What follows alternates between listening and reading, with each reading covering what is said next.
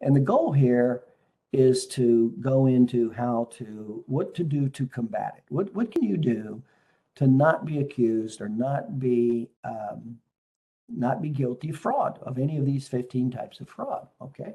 First, you got to know what they are. And so let me share with you how I know this is because I was falsely accused of fraud. And so I'm the only chiropractor in the United States that has beaten the United States government on fraud charges. In other words, I went to trial and beat them. So I know quite a bit about fraud and how they work and how deceptive they are. So anyway, and I will say this, and I didn't believe this until it actually happened, but I remember I hired a compliance officer. When I was raised, I was taught that you just do the right thing. And so when I was falsely accused, I'm like, I didn't even know what they were talking about when they said, I'm like, what are they talking about? What did they say that I'm doing? I didn't even know what they said I was doing. And I said, well, I'll talk to them. I'll be glad to talk to them and go over whatever they want to go over. I was so naive. I was born in a Midwestern town of population 3,000. I'm just friendly. I'm like, well, I'll be glad to talk. Well, they wouldn't even talk to me. And, they're out. Here's the bottom line that you need to know is they get raises. If you don't know this, the FBI and DOJ and those people that'll fine you for fraud and crime and charge you with crimes, they get raises. Just like you keep statistics on dollar per visit, patient visits, patient retention, things like that. They keep their stats, and they get their stats on number of cases, number of convictions, and the amount of conviction. So it's a total scam. It's a negative feedback loop for us. It's a positive feedback loop for them. In other words, the more that they can get people convicted and the more jail time they can get, it looks better on their resume and they get raises. That's what I learned. And so they don't have any intentions on being, doing the right thing. I said, after I learned the process and dealing with them, I don't call them the U.S. Department of Justice anymore. They're called the U.S. Department of Conviction. They get bonuses and raises by nailing your ass. And you better get to be aware of it fast. And I was real naive to that. I remember when I hired a compliance officer and they told me that. I'm like, well, I thought she was a little nuts. I'm like, you sound like you're a little bit radical and nuts. No, she wasn't radical or nuts at all. They want to get you because when they get you, they get a nice bonus and raise with those statistics. And that means not only skirting the line, but going over the line. And I have plenty of areas where they went over that line to injustice. And that's a total different story on itself. But anyway, all this I was able to prove in court, and that's why I won. And they have a 97% conviction rate. So having said that, we know something about fraud. So let's go through some of these, and we want to go into how not to put yourself in a position, even accidentally. Many a times the doctors don't even know they're doing fraud. Okay, so let's go into these categories and go, okay, how do we handle each of these categories and stop any fraud allegations? Number one, bill for services you did not perform. Okay, well, that's just on you. You bill for services you didn't perform. That's fraud. You deserve what you get. Okay, so some of these are just blatant and obvious. When you're billing for services you did not perform, and by the way, there's incidental. Like I had patients who, on real rare occasions, like they were rerouted to therapy before they got to me because they always went to the adjuster first and then the therapy. And on a seldom occasion, they went to therapy, and they were just checked. They were getting their therapies. It was those services were checked for the day, and the chiropractic adjustment was checked for the day. Well, they didn't get the chiropractic adjustment. It was by accident that they left because the therapist thought they already got their adjustment before they came to therapy because that was routine. Well, fortunately, I caught that. And of course, we scratched the services off that, or the adjustment that wasn't done. We immediately scratched that off. But obviously, this is for fraudulent doctors. There's a doctor I know, used to teach at Logan. Matter of fact, I think well, he doesn't now, but Logan Chiropractic College. And that's what he did. He routinely billed for extra x-rays he did not even take. Okay, so bottom line there is if it's an accident or incidental, it's not going to be a big deal and you just need to correct it anyway. But when it's a pattern, bill for services, there's nothing that can be done about it. You're going to get convicted. You're just going to have to negotiate. You're going to have to hire an attorney and you're going to have to negotiate your way out of that. And you're going to have to pay some money. That's what that's going to be. Bill for patients you did not see. That happens. Again, that's just counter intentions. Now, on occasion, again, you may bill for a patient you didn't see, but it's not going to show up as a pattern. See, that's one of the main keys to fraud is a pattern. It's not incidental because they know that.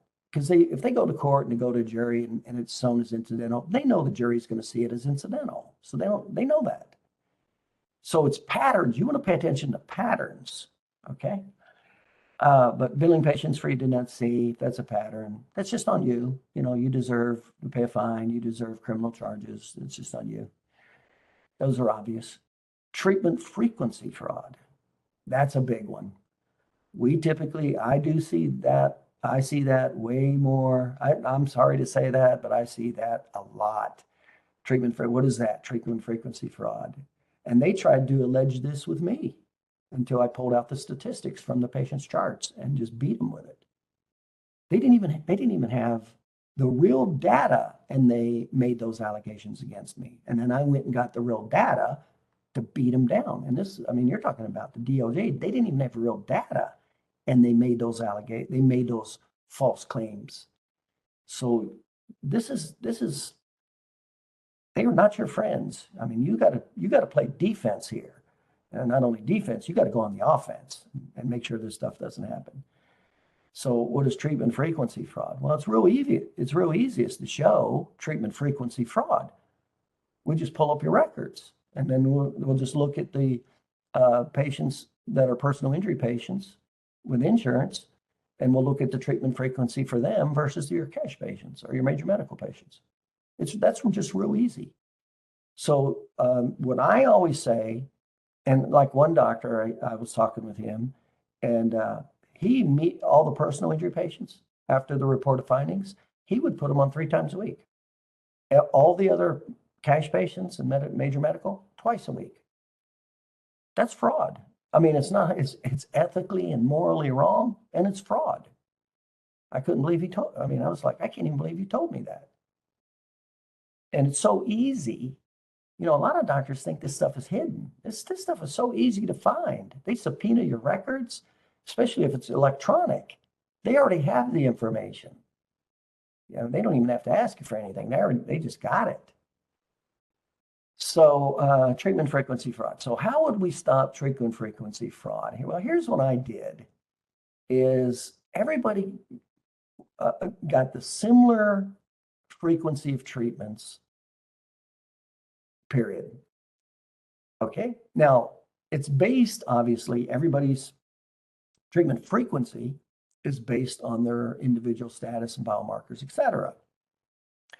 But when they see treatment frequency of PI patients, you know, daily, 3 times a week, and then all the other ones, major medical cash, don't even compare to that. You've got a problem.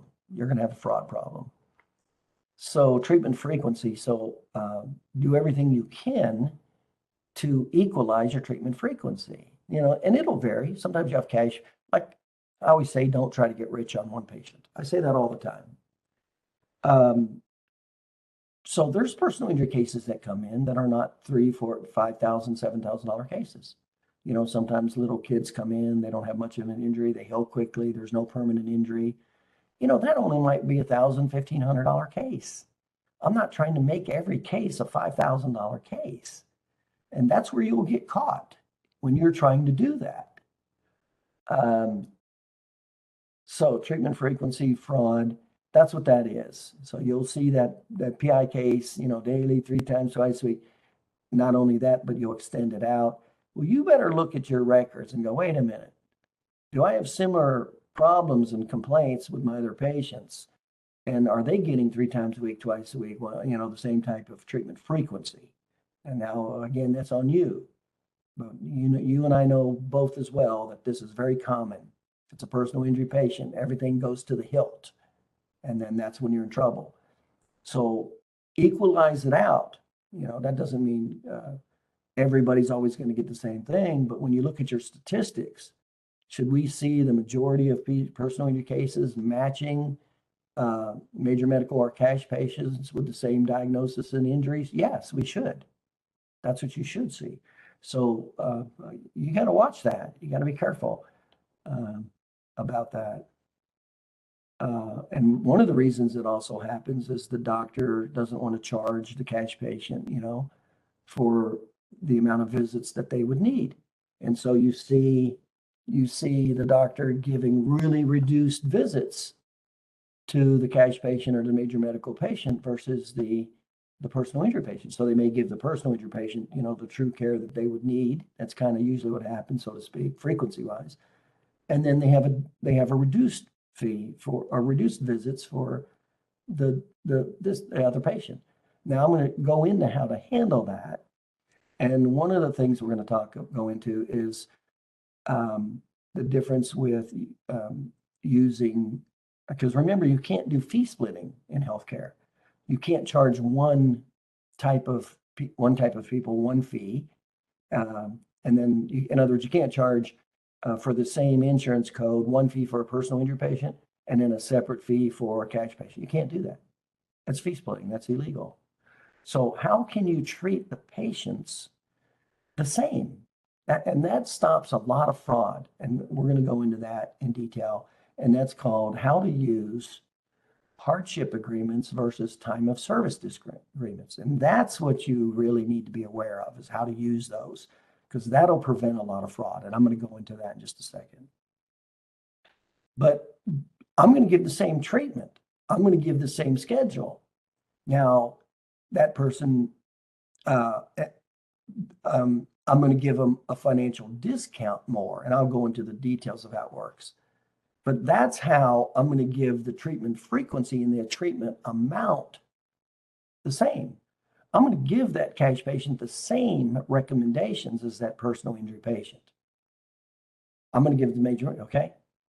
And so it could be a $3,000, $4,000, $5,000 bill, but it's not going to be for the patient, because I'm going to use the hardship agreement or the time of service discount, and those are totally legal, and that's what they're for.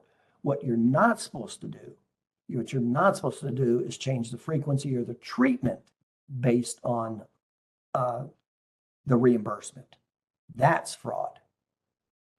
Okay, so I'll go into that in just a second. Fee structure fraud, I talked about that.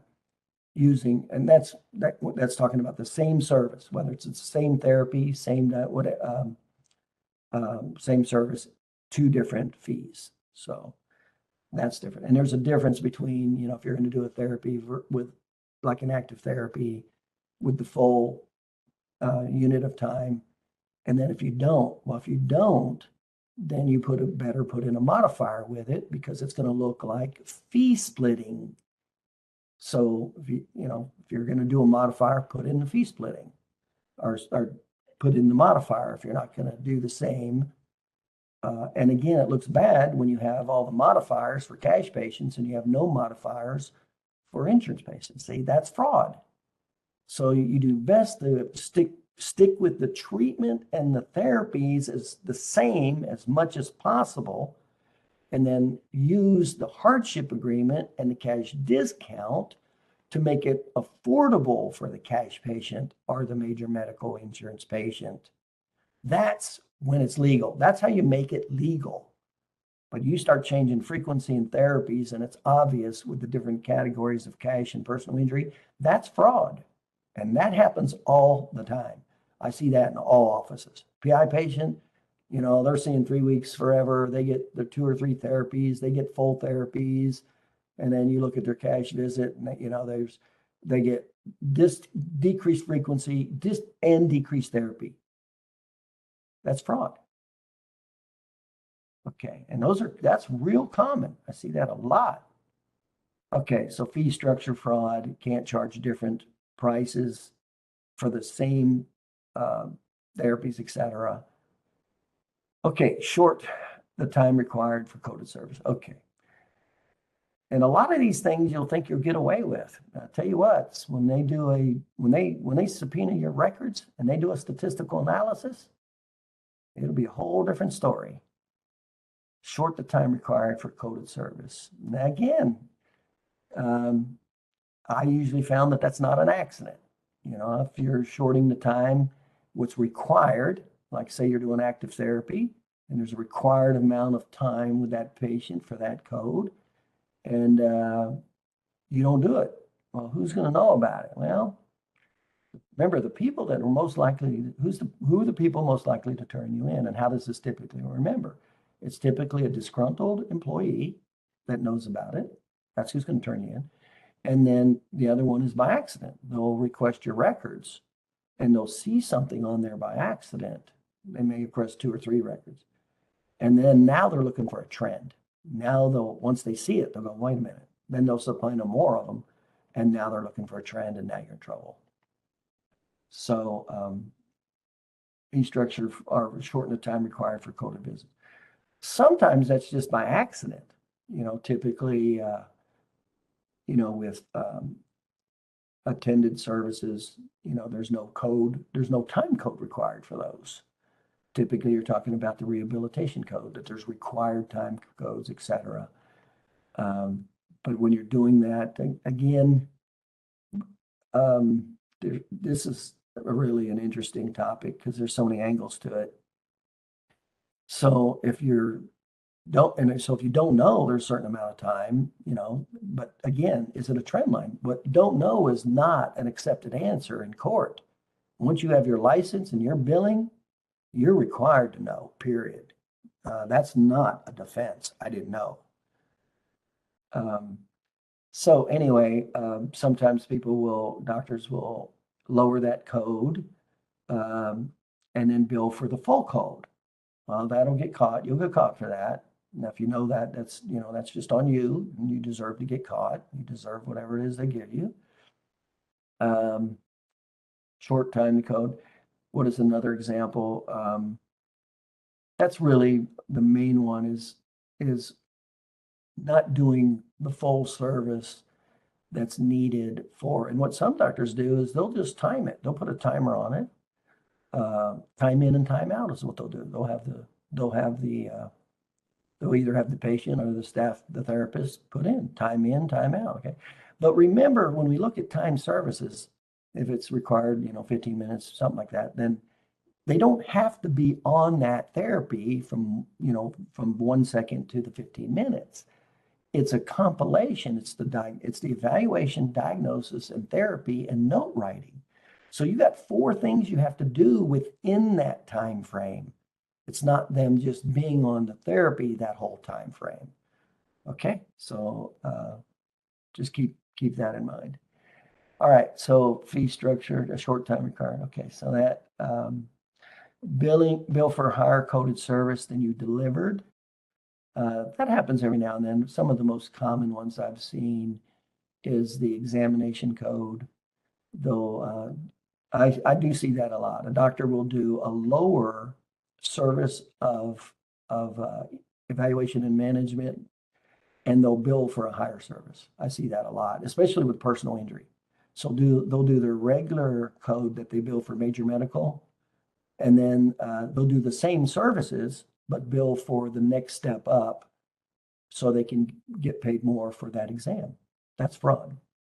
So when you do step up, you are required to do the extra services for that patient. And typically there's only two exam codes that most chiropractors will use. For the average patient, it's one particular code, and then if it's an extensive patient, cash or major medical, which is kind of rare, or the personal injury patient, which is typically more extensive, that's when you would use that. Bill for higher, so that's bill for higher code service than you delivered. Again, that's a pattern. You look for a pattern. They'll find that with your records when they subpoena them. What it does, it's a domino effect is what happens. That's how you get caught. It's typically a domino effect. Payment type, payment type preference fraud. I was accused of that too. And they charged me with it without even having the statistics or the reality. And when they said that, I couldn't believe it. I just went down to the files and I pulled out a sample file and I did the statistics and showed them how they were wrong. We're talking about the United States Department of Justice making false allegations. They didn't even have the data and they made the false fraud claim. I just, it blew my mind. I'm like, I can't believe, well, now I know why. The name of the game is to get you. That's how they get their raises and go into bigger houses. So, bill for higher code, let's see, payment type. Now, payment type.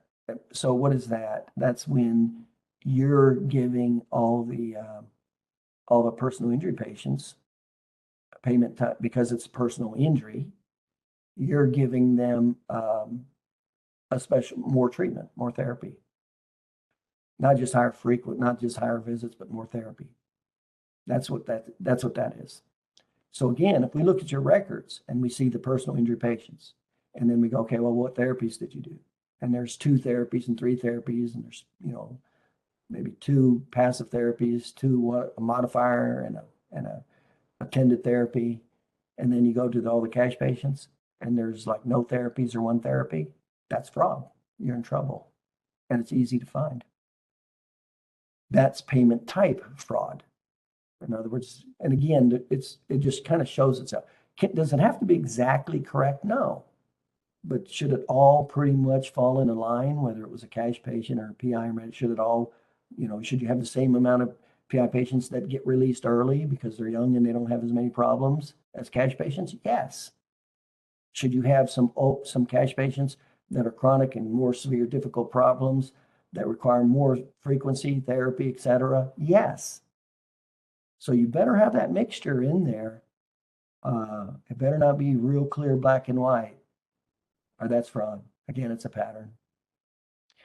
So billing for the higher payment type fraud, attorney kickback. I personally haven't, I have not dealt with any attorneys or dealt with this at all, but I do have clients that got involved with some shaky deals where the attorney wanted a kickback, and the kickback is in many ways. It's gifts, it's vacations, so it might not be directly. And obviously I'm not talking about just writing the attorney a check. You send me a case, I'll give you $500. That's not what I'm talking about. It might be cash under the table or, and a lot of times that's, an easy way to do it without there being a record. Of course, there's going to be a record if there's gifts because you have to buy the gifts. But, in any profession, there's always a black mark. There's always shysters in every profession. So are there going to be attorney kickbacks? Yeah, there's going to be. And are there going to be some ways to try to avoid it? Yeah. There was a big attorney kickback here in South Florida scheme with a company that was trying to, it was actually a group company, and they were trying to skirt the law by going through different LLCs and corporations where the attorneys were actually part owners of the medical facilities that they were getting paid. So they were referring their clients to the medical facilities that they were indirectly, but they had to chase down all the different names. They had one LLC and then another and a shell. And so you had to go through, well, they did. They went through all of them and charged them. That's what they did. So that's just bad news. I mean, that's just real bad news, attorney kickbacks. The value, remember the value you should be giving. And I've never had an attorney ask me for a kickback. The value is what you do. Usually the kickbacks are for the doctors who don't know how to create value. That's usually what it is. Doctors who don't know documentation, high sensitivity, high relevancy, don't know how to do narrative reports, trial testimony, all that. That's typically who does that. I had one client. I mean, I've had a few clients that started making money and they got carried away. And one guy he was doing that with referrals, and um, he lost his license in that state. And he had criminal charges filed against him. So, and then, the other thing is, let's say even you did give cash, right, where you really can't trace it. What happens when that attorney wants to turn on you? What happens then? I mean, everything's going to go bad real fast with that. That's just a total bad deal. Even if you're trying to hide the kickbacks, but that is a real bad deal. Fortunately, you don't even have to get in that game. It's such a small percentage of personal injury. All you got to do is be good. That's all you got to do. Just be good. Be able to do the sales presentation to show them you're good, and then be good. That's all you got to do, because there's too many good, normal attorneys that don't want to fool with that. They don't want to put their license on the line with that kind of stuff. That's who I deal with. I've never dealt with any of that stuff. Okay, paying for referrals, changing records after the fact. That's a real no-no. And now you can, with a forensic scientist, not forensic, like with a forensic accountant, that is easily found. Now you can go in there and find when they changed the records. I mean, look at Elon Musk. He just went back in there and found all this stuff from Twitter and all the junk they were doing. And here it is. It's all there. Once it's in digital form, it's there. I don't know if you know it, but even when you erase it, it's still there. I mean, when they use these scrubbers, all they're doing is just erasing it more and more times. Well, it just needs to be more sophisticated software to peel it like an onion. That's what they did with Hillary Clinton's emails too. She used bleach bit. So what did they do? Well, all that did is it just went through many rounds of erasing the digital. Well, they just have more sophisticated software that uncovered all those rounds that her bleach bit covered. And so that's how they caught her with a crime, and then they decided not to charge her with it. So, okay, so that is changing records after the fact. So it doesn't matter if it's digital. And the same thing if it's PIN. Now, what you can do is if you go in and change a record, and what a lot of doctors do is they'll do notes after the fact, and they'll put they'll put the original date in, and then they'll come in on a Saturday or 2 weeks later, and do the notes. You can't do that. Digital, it's going to be easy to see what you did. And if you have paper, what you want to do to make it legal is write the date down when you changed it. In other words, acknowledge you changed it and write the date down, and then just and then your reason for changing it. That's it. But that's how you stop that fraud. So acknowledge a different time that you added it versus what you did or changed it. Because what happens, I'll give you a story with that too. A doctor did not have all his documentation support, mainly the 2 evaluation management codes for all the visits. Well, the insurance company asked for all that money back. So and it was over $100,000. So, and they'll get it. Now that's civil. So they'll just keep from paying you until they get their money back through services. But when it gets that big, they turn it over to the DOJ, and now it becomes criminal when they see it's a pattern. So anyway, that's what happened with him. And then he tried to go back in there and change the information. And that was real bad. That was not a good scene. So, and he had all of these to go back. So, he's just showing fraud. He's just going back, committing fraud, going back, because this was over a few years. The $100,000 was with one insurance company over a few years. So here he is trying to go back to all the notes and write in. And he was foolish enough to even try to write in the original date. This was before computers. And he was even foolish enough to try to go back 1 year and 2 years and write in the date of that.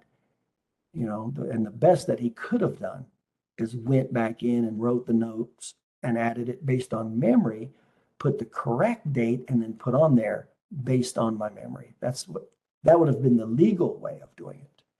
Not that he still wouldn't have had to pay, because that would have just been a civil suit. But anyway, having said that, paying for referrals, changing records, we talked about that. Not document the SOAP notes each visit. Remember, the SOAP note is what establishes the need for care. It's federal guidelines of Medicare, Medicaid, and everybody uses federal guidelines. So make sure you're, and I'll do a separate webinar on the basics of SOAP notes. But we talked about the two main problems is if you don't do them at all, number one, that's a big problem. But that's not typically the problem I see. It's that you didn't do the evaluation management codes. And usually that's from ignorance. It's that's just from ignorance. The doctor didn't even know it. But remember, you're still guilty. Not documenting two evaluation and management codes, that's what that is with the SOAP note. So that, again, that's just doing it. Paying them personally for their transportation. We talked about that. Now you just put it on Uber. Just create a business Uber account and then put it on there. And then that's legitimate billing for the patient and their transportation to get to your office. And then you can add a reasonable administrative fee to that and bill it. So, and that's all fine. But you can't give the patient the money. That's seen as a kickback for coming in for the visits. Billing for a non-documented complaint. Seen that before, but obviously, that's on you if you're billing for something that wasn't documented. And I'll tell you a lot of times what that is, and I see this when I evaluate doctors' offices. They did the services and they just forgot to document them. They just didn't document them. So, but guess what? It's still fraud if it's a pattern. And the doctor didn't have any counter intentions. He just, I see that a lot with exams. The exams aren't even fully filled out. They're billing for the regular fee exam. Same with regular visits. They'll mark the visits down in the services and there's no documentation establishing the need for care. See that a lot. So billing for non-documented complaint, that's a different story. I mean, you're going out of your way. And again, when you do things that are obvious and gross, you deserve what you get. One of the things also is billing for a different area. So let's go into how to solve some of these. Some of these are just you're just guilty. You're doing it and you're guilty, and that's that. Okay. Most of these aren't. Most of these I found to be treatment frequency fraud, therapy fraud. Those are the most types of frauds that I've seen. And then even billing for different services, but usually a higher end service like a therapy or an exam without the sufficient services delivered. And I typically have found that most of the time that's ignorance also. The doctor just didn't know any better. So let's go into, and then one of the big reasons for fraud is what I talked about is the doctor doesn't want to charge the patient the same amount. He doesn't want to charge the cash patient or the major medical patient $3,000, $4,000, $5,000, $6,000 that he's going to get for a PI patient. He just doesn't want to do it. Doesn't have the conviction, doesn't have the ability, all that kind of stuff. And so here you go. Now you got problems. You got problems. So you have treatment frequency fraud, therapy fraud, and it's too easy to find out. So how can you do that? How can you deliver it and still make it affordable? Well, here's how. Deliver, and see, also, I didn't have two different systems. A lot of doctors, and when you get subpoenaed, they'll find this out. A lot of doctors have one system of documentation for personal injury cases. In other words, they'll pay more attention because they know it's going to be looked at or it could go to court or whatever. And then they have a crappy, totally different system for major medical and cash. They don't even really pay attention. They may just put the date down and that's it. Okay? That's fraud. So you got to be careful about that. Now, let's go into how to handle that. So how can you, well, here's what you do to not do therapy fraud, frequency fraud, all that. Okay, so here's how you do that. You want to do the services that you would do, whether it was a cash patient, Medicare patient, major medical, personal injury patient. Now, of course, with the personal injury patient, you'll get paid for that and all that. Okay, let's go back to how you can do it without blowing the patient out of the water financially and all that stuff. So what you do, because remember, clinically, you're supposed to deliver the same services for similar conditions. That's what you're supposed to do clinically. And you can't do fee splitting. So how can you make it? So how can you do that? See, it's a legitimate question, because do you really want to charge a cash patient $5,000? Most people don't, but they won't have any trouble charging a personal injury case $5,000. And I'm talking about the same injury, similar injuries, all that kind of stuff. So what you do, number one is, and don't have different documentation systems. That's number one. Like my patient education system was based on the science of the 3 phases of healing. It didn't matter if you were a Medicare patient, a cash patient, or a PI patient. It didn't matter. That's what it was based on. There was no difference. The documentation was the same. So whatever I wrote down. Now, what wasn't, I didn't do functional capacity indexes, that kind of stuff that you need extra for the PI patient. So that was probably the only thing I didn't do. But as far as therapies and frequency of visit, you look at my records, you're going to see the cash visit, you're going to see the same frequency of visits. You're going to see the therapies, the same therapies as the PI. But how was I able to do that and make it affordable? Well, this is how. So do the same frequency, do the same system, do the same therapies, and then what you do is you give the patient the discount. Now, that's not fee splitting. And how you make it legal is you either use what's called a hardship agreement or a time of service agreement. And let me go into the basics of those two and which one you should use and why. The time of service agreement is designed to give the patient a discount if you don't have all the other associated costs with billing, administrative cost, stamps, envelopes, pencils, pens, everything related to billing, okay? Labor. Okay, so that's called a time of service, and that's when the patient actually pays at the time of service, because you don't have these extra administrative costs.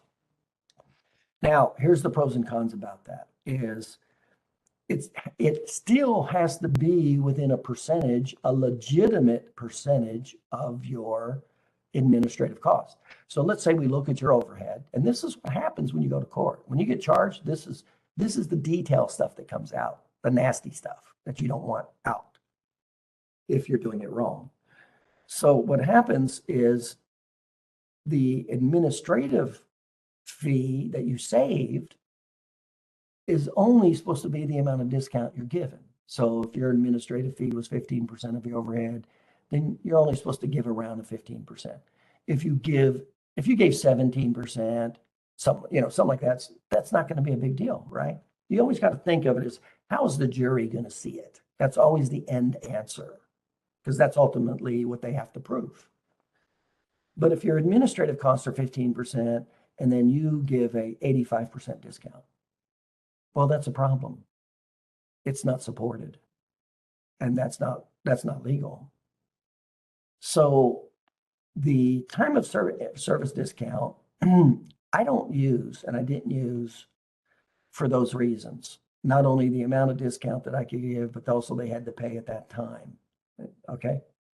So that's the reason, those are the guidelines with the time of service discount, the amount of discount, relative and proportional to your administrative fees. All right. Let's go to the hardship discount. That's the one that I suggest using. Well, what are the guidelines with hardship discount? Does the person have to ask for a discount? No. Do they have to show their check stubs? No. Do they have to show their tax returns? No. What's the only guideline for you to give and offer a hardship discount? You believe the patient would not have been able to receive the services without it. Let me say that again. In other words, it's based on you. It could be based on the patient's reaction, their facial expression, their tone. In other words, the patient didn't have to say anything about, I need a discount, okay? Because we're in the business of helping people, not checking their W-2, their tax returns to see if they can afford care. So that's where you're going to have the most flexibility, number one. So you can apply it at at will. In other words, if you think that it's too much for that person to afford, well, it's your opinion. And number one. Number two, you can give whatever discount you want. You're not limited by an administrative discount. You're not limited by a time of service. In other words, they got to pay at that time. You can do terms. And that's what we did. So we did clinically everything approximate to the personal injury patient relative to this, the same findings. Okay. That's what keeps it legal. And then what we did to make it affordable legally is we just offered them a hardship discount. Now you have to have it documented. So we just had a sheet of paper and we just put our recommendations down. We put the normal cost that it was, and whatever we agreed upon, whatever the fee was on the payments, the terms, we just put it in there. That was it. It didn't matter if it was a 50% discount, 70% discount. It didn't matter. And that's what I did with my patients too. We that's a whole nother, program, patient education and all that. But we would go over all the treatment. We'd have the patient pick the services they wanted after they were educated. We'd add up all the fees. The fees were the same. We didn't change therapies and frequency and all that. And then we gave them a discount for prepaying or agreeing to care. In other words, terms. And then we would have them sign the hardship discount. That's how it worked. And when we did the discount, and I'm not going to, I teach this with patient education, and it's a whole different story, but I'm just trying to share some basic light on this, how to make it all legal. And then when we gave the discount, we just put it in there, time and service discount. And then even if the patient couldn't afford that, we always had a system to make it affordable. We never turned a patient away from care, ever. I never turned a patient over to small claims court, ever. So that's how we make it affordable, is there's tiers. And the bottom line is we would get to the bottom tier after we went through 2 other tiers, and we would just go into, if they wanted to care, first of all, what could they afford, A, or they may wanted an abbreviated version of the care. Maybe they didn't want all 3 phases of the care. It was one of those 2. But we got the agreement. And then we had them sign the hardship discount. And that's what makes it legal. Now, is there a percentage of hardship discounts? Some people say, well, that depends on the economics of your area, what percentage of poverty. No. Everybody spends their money differently. You have people that you can have somebody who's in poverty that has more cash in their pocket than somebody who's making a 6-figure income and a credit card debt over their head. And those are 2 totally different socioeconomic classes. So it has nothing to do with the socioeconomic class percentage within your area. Nothing to do with it. It has to do with the individual. So that's what we did. That's how we made it affordable. And by the way, that's the goal. The goal is for you to help people, not turn people away. And this is how you do it legally.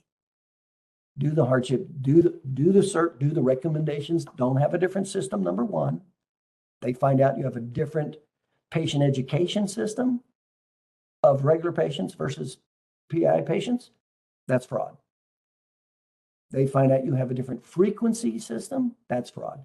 They find out you have a different therapy system. That's fraud. These are the common frauds that are being done by chiropractors, and they don't even know it. And it's too easy to pull your records and find it out. And remember, is there a certain criteria? No. The criteria is whether they want to charge you or not. Now, first they'll go for the money. The insurance companies want the money back. The DOJ, they want to stack their crimes. Remember, they get bonuses and raises by the number of cases they can charge, the number of convictions, and the amount of jail time. That's how that works. And so it's totally their opinion. And their opinion is based on whether or not the time, effort, and energy is worth it versus the return, essentially is what it'll come down to. So you don't have to be the big player, the big dog, multiple offices. You don't have to be that at all. Matter of fact, if you have a big name in the community, but you don't have a big office and you're not generating, they could go after you just because you have a big name in the community and they want to create a ripple effect. They want that to go out. So anyway, that's how you legitimately, some of these are just blatantly fraud and you're doing them and that you just deserve what you get. Most of these are not. Most chiropractors that commit fraud don't even know they're committing fraud for the different reasons that I covered. But that's what you do. Don't have different services. Don't have a different documenting services. Don't have different therapies. Don't have different patient education. Don't have different frequencies of care. Base everything, and that's what it should be based on. It should be based on, the science of the 3 phases of healing and their biomarkers, period. That's it. If it's not based on that, it's fraud.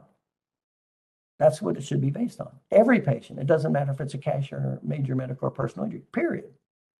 And then give the discount, give the hardship agreement discount. That makes it affordable. And then I just had tiers. I would start here.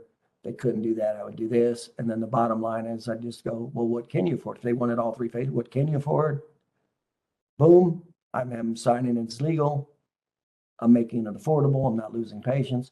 Or maybe they didn't want all 3 phases of care.